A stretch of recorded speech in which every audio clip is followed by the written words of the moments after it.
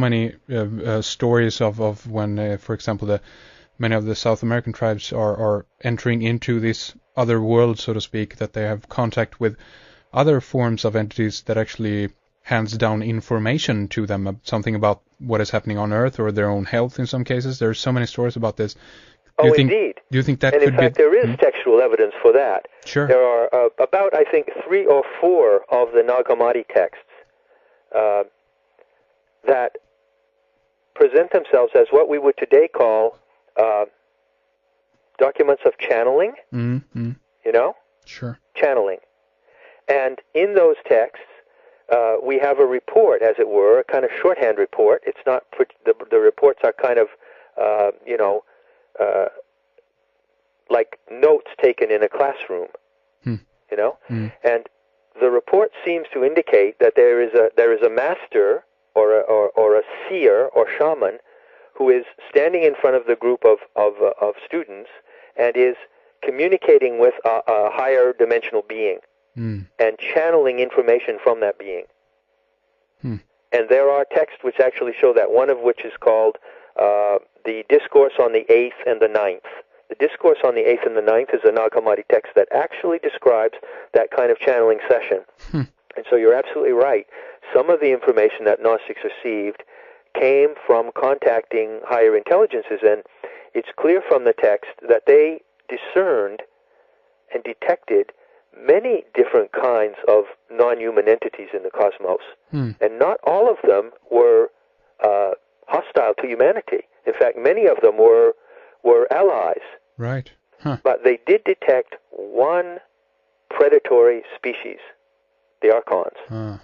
And one is all it takes, man. Sure, one that's right. is all it takes. Yeah. It's like malaria. It only takes one mosquito, an Anopheles mosquito, to bite you, to give you malaria. Sure. There are many mosquitoes in the world, many kinds of instincts, but it only takes one. And so they seem to have been terribly concerned that there was one predatory species, the Archons, that we really need to watch out for. And it even might be very difficult going into this other place and discern who's who, so to speak, who's hostile, who's not, who's deceiving, who's giving me right information here. That must always be a concern, right? Well, you know, it's very interesting. There was a book that came out in 1980 called The Way of the Shaman by Michael Harner. And this was a key book in bringing shamanism into the mainstream. And Michael Harner was a psychiatrist from Connecticut or somewhere in the East Coast who went to South America and, did ayahuasca. And under the ayahuasca trance, he had a vision and so forth, and he saw various things. And of course, the session of ayahuasca he did was controlled or managed by some of the veteran ayahuasca shamans who were in that region. Right. And Michael Harner relates this amazing incident of how he came out of his ayahuasca vision and he turned to the old Brazilian shaman there to tell him what he'd experienced, you know. And he said, I met these dragon-like beings, and they had wings, and they said that they came to the earth in a boat, and they brought the seeds of humanity here in this boat, in this big canoe, and so forth and so on. And isn't that fascinating? Now I know how humanity originated.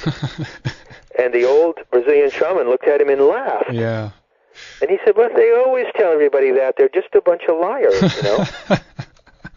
And so the interesting thing is that if you're going to practice shamanism and you're going to go into altered states of consciousness, you must learn how to distinguish how to see what the tricksters are doing, because there are many tricksters out there. Yeah, I can imagine. And it's part of the practice of knowing the true from the false. Yeah. Just like in any other field of life, you know. Of course. So I believe that the Gnostics were highly accomplished shamans who could detect the difference, and that they pinpointed these archons as a particular menace to us. Absolutely fascinating. Now let's dive into a little bit about.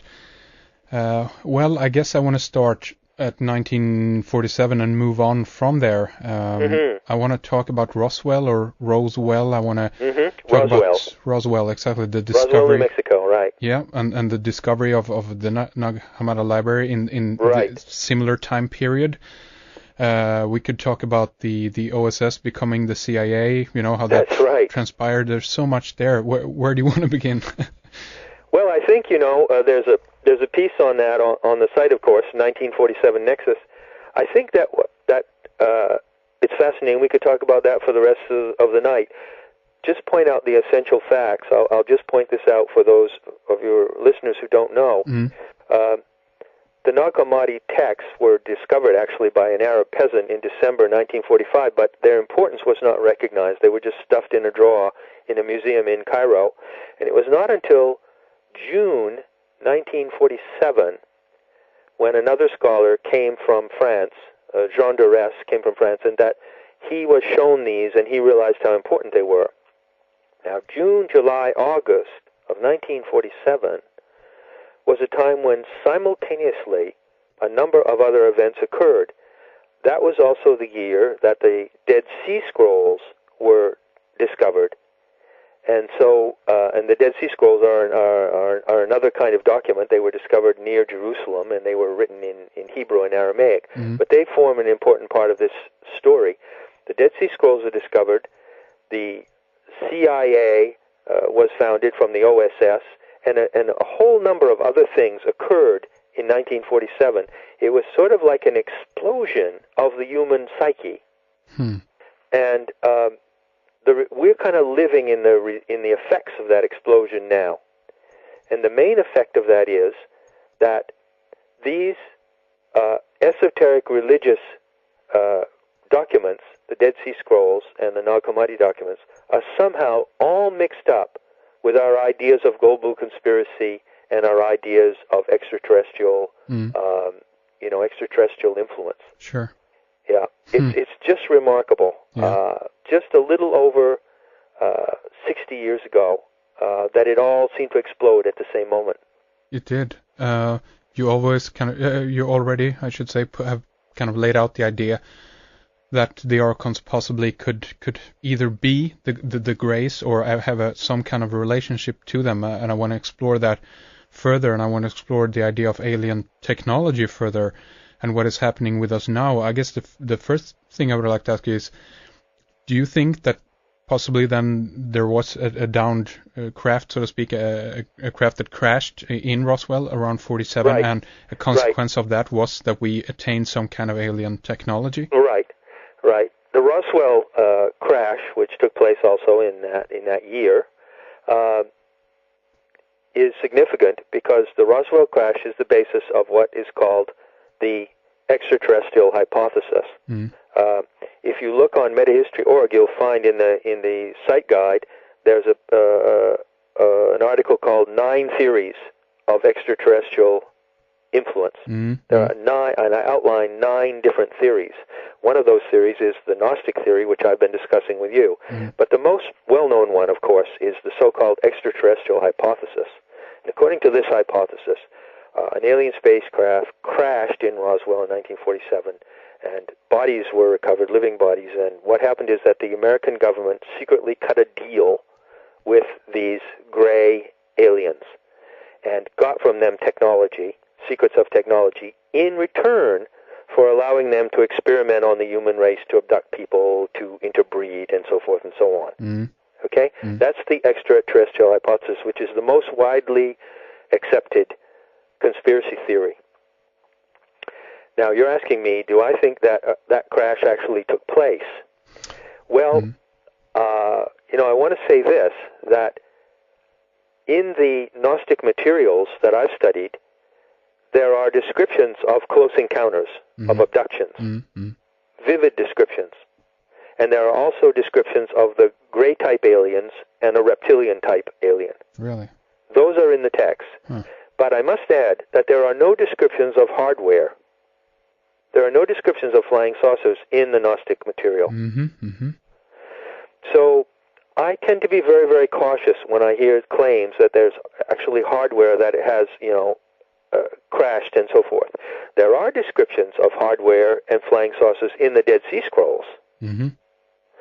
So these sightings have occurred from very ancient times. So my answer would be, I really don't know. I tend to think that the Roswell story may have been largely invented, and that it may be being used to manipulate people. It's a very complex subject, but sure. you know, I kind of follow Jacques Vallée on this. Jacques Vallée, who wrote Messengers of Deception. He was, in my opinion, the most intelligent and careful analyst of the UFO phenomena. And he says whether or not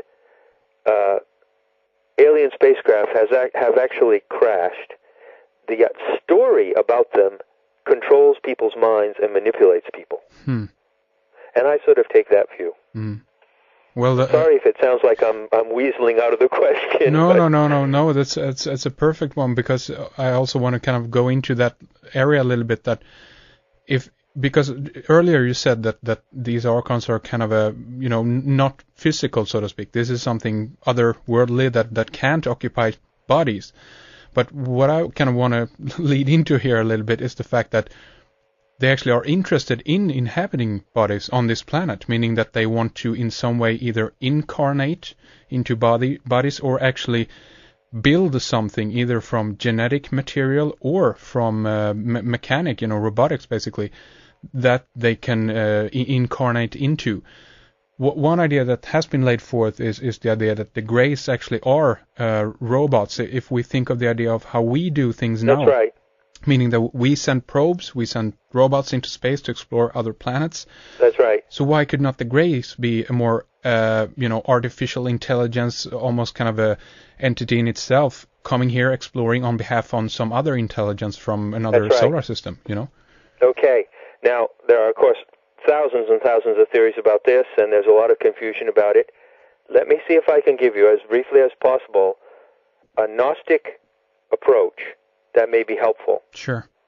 What I draw from what the Gnostics said about the archons are two important points.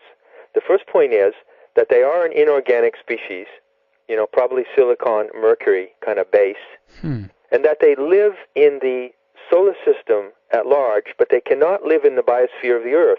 So for them to come into the biosphere of the Earth is more or less like a human being diving into the bottom of the ocean.